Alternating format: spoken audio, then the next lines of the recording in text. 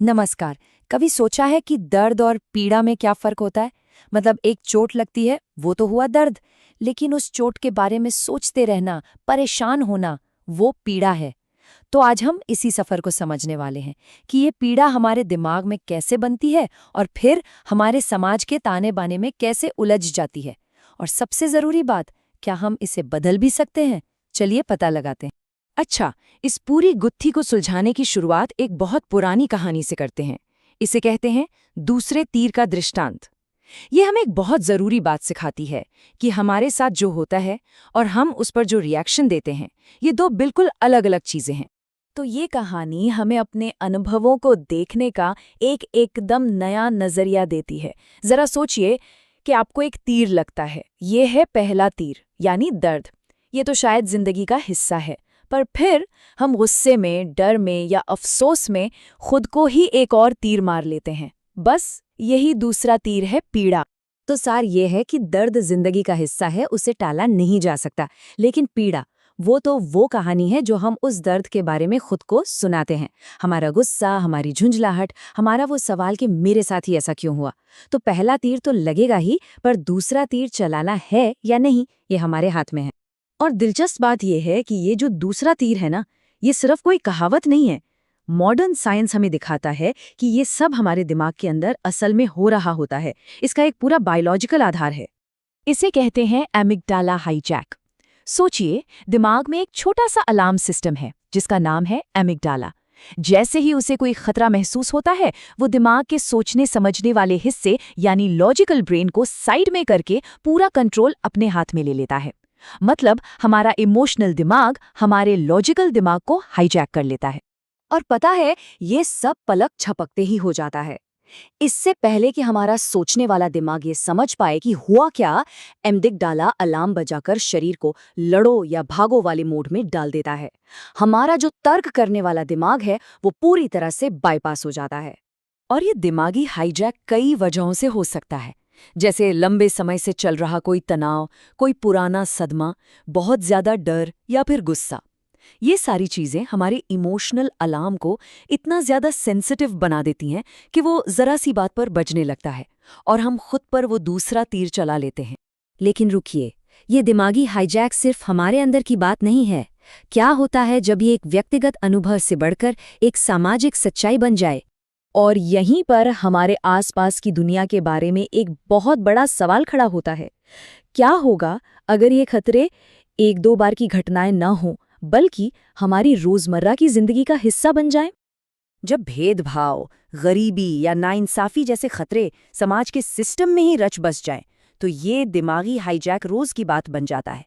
तब ये कोई गड़बड़ी या बग नहीं रहता, बल्कि सिस्टम का फीचर बन जाता है। और यही संरचनात्मक उत्पीड़न की जड़ है, जहां सिस्टम खुद लोगों को लगातार तनाव और खतरे में रखता है। और यहाँ हम देखते हैं कि कैसे सामाजिक सिस्टम हमारी बायोलॉजिकल कमजोरियों का ही फायदा उठाते हैं। जब समाज का ढांचा ही कुछ खास समूहों के लिए लगातार खतरे पैदा करता है, तो ये उनके नेचुरल लड़ो या भागो वाले रिस्पॉन्स का शोषण करता है और उन्हें कभी न खत्म होने वाली पीड़ा के एक चक्र में फंसा देता है। विद्वान आइरिस मैरियन यंग ने ऐसे 5 तरीके बताए हैं जिनसे ये सिस्टम काम करते हैं। पहला है शोषण, मतलब किसी की मेहनत का फायदा उठाना। दूसरा है हाशिए पर डालना, यानी लोगों को समाज की मुख्य धारा से ही बाहर कर देना। तीसरा शक्तिहीनता, मतलब उनसे फैसले लेने की ताकत ही छीन लेना। चौथा सांस्कृतिक साम्राज्यवाद, यानी एक संस्कृति को दूसरी पर थोपना। और पांचवा हिंसा।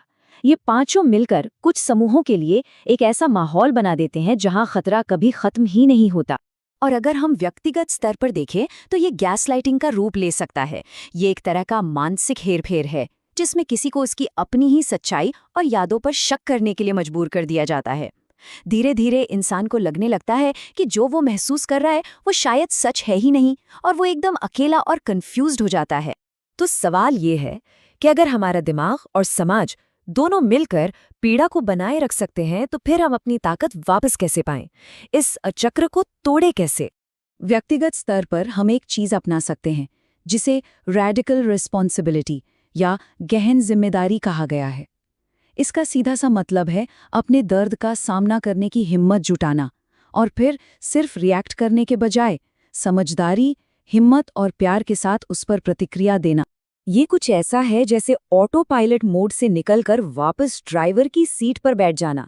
दिमागी हाईजैक हमें बिना सोचे समझे रिएक्ट करवाता है, लेकिन गहन जिम्मेदारी हमें ये चुनने की आज़ादी देती है कि हम अपने दर्द से कैसे निपटेंगे। एक रास्ता पीड़ा को और बढ़ाता है तो दूसरा हमें आज़ाद करता है।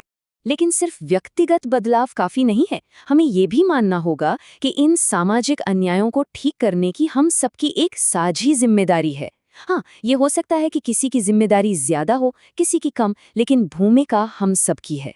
और इसके लिए सोमैटिक एक्सपीरियंसिंग जैसी हीलिंग तकनीकें भी हैं।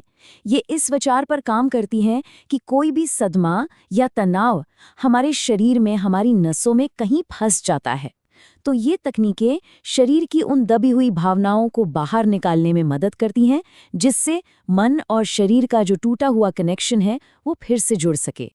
और ये हमें एक आखिरी बहुत ही शक्तिशाली विचार की ओर ले जाता है कि हम आगे कैसे बढ़ सकते हैं, सिर्फ ठीक होने के लिए नहीं, बल्कि एक पूरी नई दिशा बनाने के लिए। दार्शनिक ऑड्रे लॉर्ड एक बहुत कमाल का विचार देती हैं। वो द इरोटिक शब्द का इस्तेमाल करती हैं, लेकिन इसका मतलब सिर्फ यौन ऊर्जा बिल्कुल नहीं है। उनके लिए ये हम सब के अंदर की वो गहरी रचनात्मक शक्ति है, वो जीवन ऊर्जा है जो हमें कुछ नया बनाने, गहराई से महसूस करने और असल में जीने की ताकत देती है। नॉर्ड का तर्क है कि समाज ने हमारी इसी रचनात्मक ऊर्जा को दबा दिया है और खुद को और अपनी दुनिया को ठीक करने के लिए हमें इसी को फिर से जगाना होगा। जब हम अपनी इस अंदरूनी ताकत को पहचानते हैं तो हम एक ऐसी दुनिया बना सकते हैं जो शोषण पर नहीं बल्कि गहरे इंसानी जुड़ाव पर टिकी हो। और ये बात हमें एक आखिरी और बहुत गहरे सवाल के साथ छोड़ जाती है। असली चुनौती सिर्फ अन्याय का विरोध करना नहीं है, बल्कि एक दूसरे से जुड़ने के बिल्कुल नए तरीके बनाना है। ऐसे तरीके जो हमें सिर्फ एक वस्तु या संसाधन न समझें, बल्कि एक इंसान समझें। हमें एक ऐसी दुनिया की कल्पना करनी होगी और उसे बनाना होगा जहां पीड़ा की जगह रचनात्मकता और जुड़ाव ले सके। ये एक बहुत ही शक्तिशाली विचार है जिस पर सोचना वाकई जरूरी है।